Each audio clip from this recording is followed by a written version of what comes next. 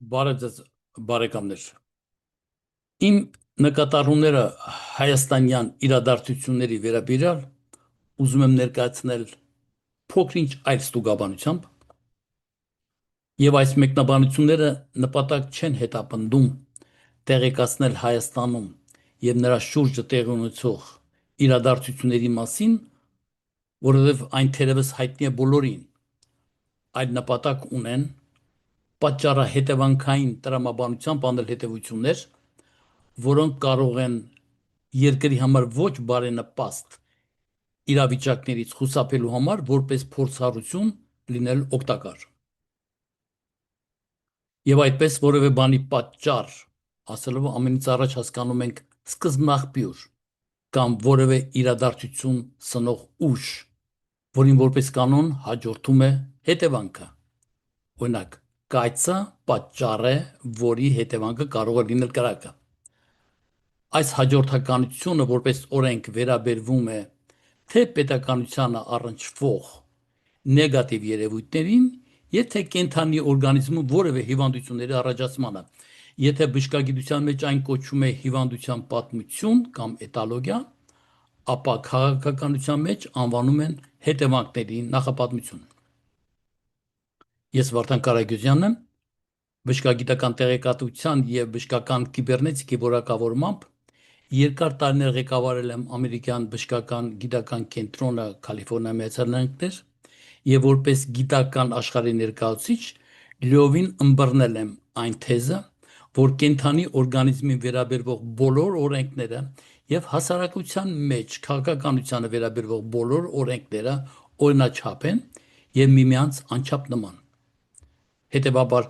քաղաքական որևէ իրադարձության վերլուծումը գիտական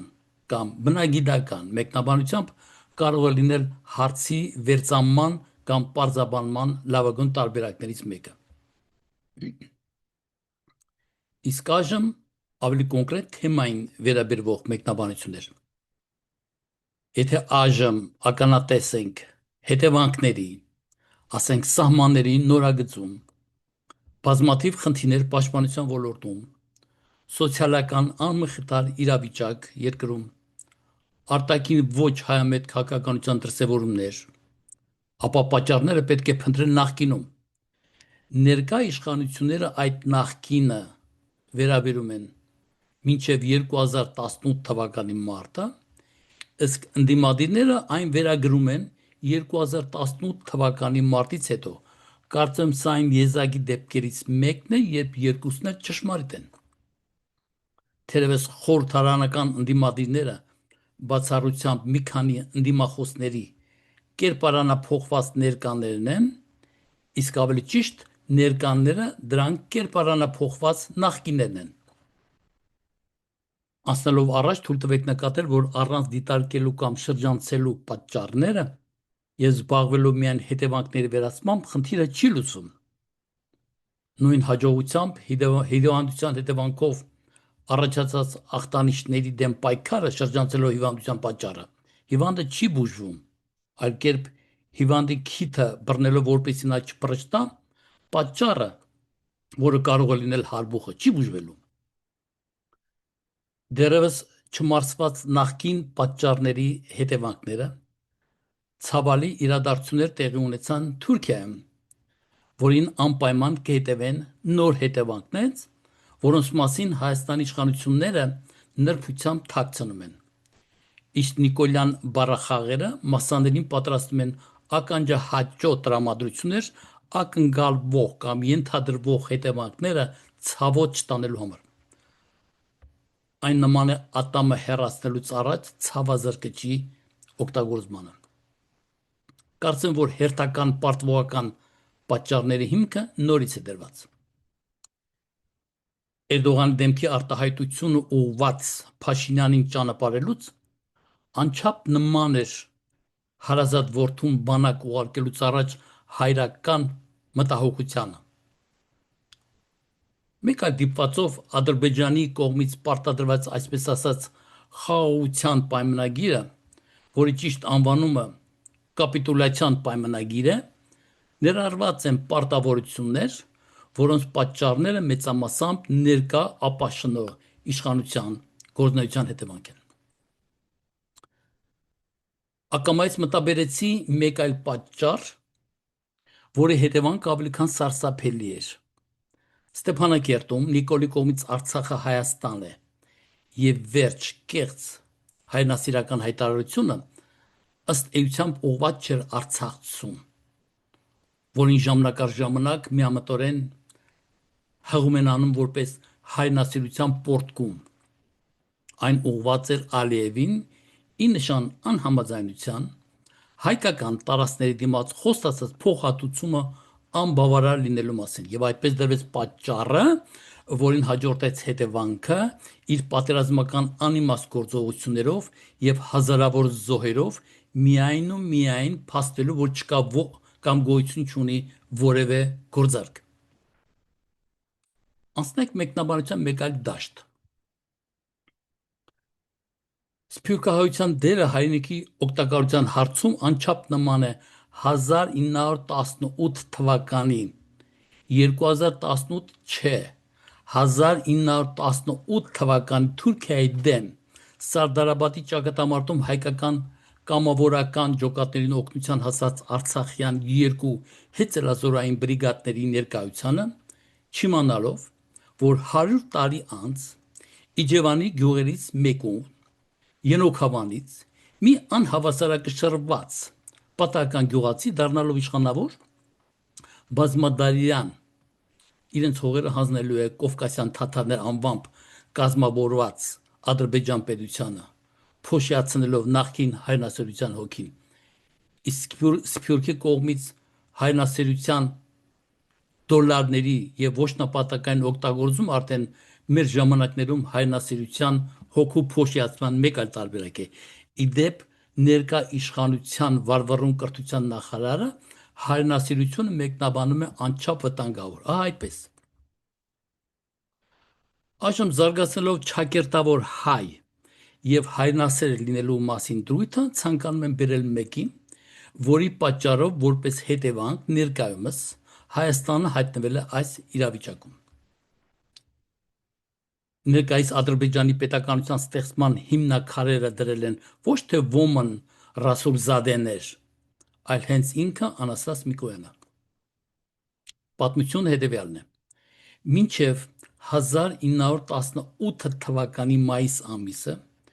գոյություն են ունեցել Անդրկովկասի դեմոկրատական ֆեդերատիվ հանրապետություն Հայաստանի եւ Վրաստանի ադմինիստրատիվ միավորներով եւ ոչ ավելին, բացառելով Ադրբեջան անվամբ որևէ վարչական միավոր։ Ռուսաստանում հեղափոխությունից անմիջապես հետո երբեմնի ցարական կայսրության տարածքների վերադասավորումը, ինչպես նաև ներկայիս Ադրբեջանի տարածքը որպես Ռուսաստանի հետ մեկտեղ մեկ վարչական միավոր ընկած էր բոլշևիկյան կուսակցության նպատակներում եւ մնում էր միայն արձանագրել։ Սակայն պատմական դարձավ մեր հայրենակցի Անաստաս Միկոյանի զեկուցումը կուսակցական պլենար ժողովներից մեկում ի օգուտ Ադրբեջանի կազմավորման որպես առանձին սուբյեկտ, որն էլ վճռոչ եղավ ներկայիս Ադրբեջանի հանրապետության ձևավորմանը կամ ստեղծմանը։ Ներկայումս հայտնի չէ Միկոյանի ադրբեջանամետ կողմնորոշման պատճառները։ Ենթադրություններ կան նախկինում այդ տարածքներում նրա ծանոթությամբ, ինչպես նաև նրան արված խոստումներով։ Կար նաև որոշ ստրատեգիական բոլշևիկյան, ինչպես նաև թուրքական նկատառումներ, որոնք հարցին մոտենում էին արդեն մեկ այլ տեսանկյունից, ոգեշնչվելով Միկոյանի կողմից արտաբերված Ադրբեջան անվանումը։ Բանը նրանումն էր, որ 1905 եւ 1911 թվականի պարսկական սահմանադրության հեղափոխությամբ սկզբնավորված Իրանյան պարլամենտը երկրի հյուսիսարևելքում ձևավորել էր Ադրբեջան նահանգը, որը ըստ թուրքական կառավարության եւ նրա համակիր բոլշևիկների ենթադրությամբ հետագայում կարող էր միացվել խորհրդային Ադրբեջանին, ինչու չէ նաեւ թուրքական վիլայետներին։ Հետևաբար նույնանուն կազմավորումը բարենպաստ էր եւ ավելի արժեքավորում Անաստաս Միկոյանի առաջարկությանը։ Այդպիսով հայը դրեց Ադրբեջանի պետականության հիմքերը, որի հետագամ հետևանքները ականատես ենք։ 1918 թվականի մայիսին իր լրումն կենտրոնական կոմիտեի որոշմամբ Անդրկովկասի դեմոկրատական ֆեդերատիվ հանրապետությունը վերածվեց արդեն 3 անկախ հանրապետությունների՝ Վրաստանի դեմոկրատական հանրապետության, Հայաստանի հանրապետության եւ արդեն Ադրբեջանի դեմոկրատական հանրապետության։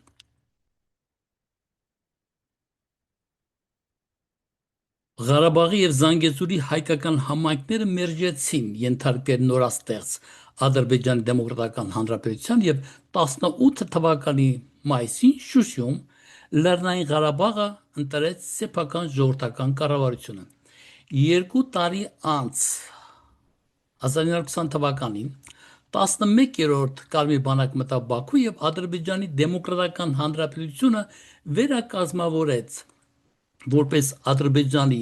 սովետական սոցիալիստական հանրապետություն, իսկ 1922 թվականի դեկտեմբերին այդ 3 ադմինիստրատիվ ոչ թե 2 ադմինիստրատիվ միավորները ճանաչեցին որպես Անդրկովկասի սոցիալիստական ֆեդերատիվ հանրապետությունը, որը գործեց մինչև 36 թվականը, այնուհետև գործեց առանձին որպես սոցիալիստական հանրապետությունների տեսքով։ Միևնույն ժամանակ բոլշևիկյան Ռուսաստանը գտնվելով շրջապատման մեջ, ինչպիսի ներկայումս է, եւ ենթադրելով Թուրքիան արտաքին աշխարհին կապող մեծ դարպասը, հաճանալով նրան անհայտուց նվիրաբերեց ոչ միայն մեծ քանակությամբ ոսկի եւ զենք, այլև նրան փոքր եղբորը նվիրաբերեց նորաստեղծ հայկական Արցախը, Լեռնային Թեդաշտային, Նախճիվանը եւ այդ երկուսը ենթադրելով կազմավորված Ադրբեջանը իր ծածուկի տիրույթում է։ Մեկ այլ թեմա է ախալքալակի ախալցխայի հայտնվելը Վրաստանի տարածքում։ Վերադառնանք հետաքրքիրը այն է, որ մինչև այժմ Ադրբեջանի հանրապետությունում ապրող կովկասյան թաթարները, որոնց վերագրվել է Իրանյան մի նահանգի անվանումը, հետապնդում են իրանյան տարածքներ, որոնք իրենց համոզմամբ իրենց պատմական հայրենիքն են, իսկ ներկա Հայաստանի 60%-ը համարում են Արևմտյան Ադրբեջան։ Տեսնելով փաստագրական ֆիլմում Միկոյանի առաջ թեքված դիրքը Ստալինից բարև ստանալու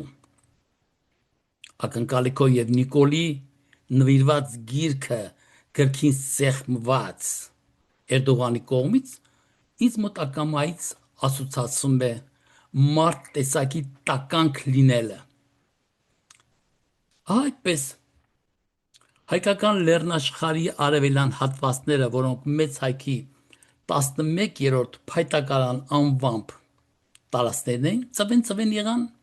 ինչպես նախկինում դարեր շարունակ ծվեն էին եղել մեծ եւ փոքր հայքի այլ տարածքներ։ Այժմ ամբողջացնելով պատճառահետևանքային տրամաբանության վերաբերյալ իմ դատողությունները, անում եմ հետևություններ, որ առանց որոշակի պատճառների որևէ իրադարձություններ տեղի չեն ունենում եւ պայքար բարենպաստ հետևանքների նկատմամբ առաջերտին նշանակում է պայքար անբարենպաստ պատճառների նկատմամբ։ Իսկ հիմա ավելի առարկայական։ Հայաստանյան իրադարձությունները այնքան արագ են հաջորդում մեկը մյուսին, որ երեկվա վիճահարույց խնդիրը այսօր արդեն ներկայանում է հնացած։ Սակայն իրադարձությունների շղթա մեկ մյուսի տրամաբանական շարունակությունը, օրինակ եթե գործող իշխանությունները իրենց պաշտոնները չնույնացնեին սեփականության հետ, ապա չէր լինի հովանավորություն, կոռուպցիա։ Եթե չլիներ մեկ կենտրոնից ուղղորդված որոշումներ, ապա արդարադատության նախարարությունը սահմանադրական նոր վերնաշապիկ չէր կարի։ Եթե վարչապետը իրեն չնույնացներ միապետին, ապա կաթողիկոսին ոչ հարմար գտնելու աշխատանքային խումբ չէր ստեղծի։ Եթե Հայաստանում լեր արևմտյան չափանիշներով գործող կառավարման մեխանիզմ, ապա սոցիալական ցանցերում չէին հայտնվի վարչապետի կողմից խուլիգանական վանկարկում էր։ Այս մտքերի մեջ թերևս եթեները պատճառներն են, ապաները դրանք հետևանքներն են։ Այսպիսով ունենք բազմաթիվ հայտնի եւ անհայտ եթեներ, Միկոյաններ, Լևոններ, Քոչարյաններ, Սերժեր, Նիկորներ, Արցախյան բազմաթիվ եթեներ եւ որպես հետևանք ունենք ներկայիս ապան Հայաստանի խայտարակ կարգավիճակով։ Վերջացնելով մի մեկնաբանությունը, որպես հայազգի բժշկագիտական բնագավառի ներկայացուցիչ, դիտարկելով հայաստանյան քաղաքական իրավիճակը, կարծում եմ գործ ունենք լուրջ իշխանական հիվանդության հետ եւ պահանջվում է անվերապահ վիրահատական միջոցառումներ, ինչու նաեւ հետ վիրահատական վերականգնողական բուժօգնություն, այլ խոսքով գործող իշխանության անվերապահ հեռացում եւ քրեա իրավական իլյուստրացիա։ Հակառակ դեպքում հիվանդը կամ որ նույնն է պետությունը կմահանա։ Հետագա մեկնաբանություններում ես կանեմ իշխանության վերնախավում հայտնված պաշտոնյաների վարքագծին բժշկագիտական մոտեցում, որոնք ընկած են բոլոր հոգեհուզական հիվանդությունների հիմքում, ինչպես նաև կլինեն առաջարկություններ պաշտոնյաների նեյրոսոմատիկ հոգեհուզական հիվանդությունները հայտնաբերելու նպատակով հանրապետությունում անկախ գիտաբժշկական կենտրոն հիմնելու մասին։ Շնորհակալություն, ես Վարդան Գարագոզյանն եմ։